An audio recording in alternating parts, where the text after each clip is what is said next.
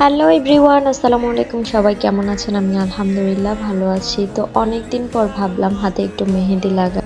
তো মেহেদি লাগাইতে লাগাইতে অনেকটা সময় চলে গেল, রান্না বান্না দেরি হয়ে যাচ্ছে, তাই সিম্পল করে একটু লাগাইলাম।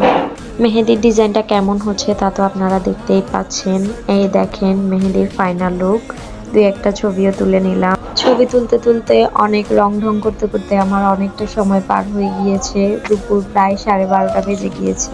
এখনো ছবি তোলা শেষ হলো না। হাতে মেহেদি দিলে আমার ছবি তুলতে, ভিডিও করতে অনেক বেশি ইচ্ছা করে।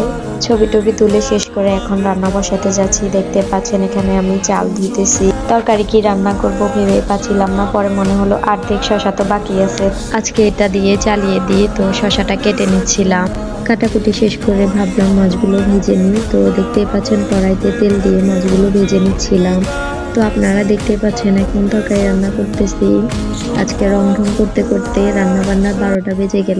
তরকারিগুলো ভালোভাবে কষিয়ে নিচ্ছি। কষানোর পরে মাছ দিয়ে দিব। আপনারা দেখতেই পাচ্ছেন। তো সবাই ভালো থাকবেন। আজকে এ পর্যন্ত। আল্লাহ।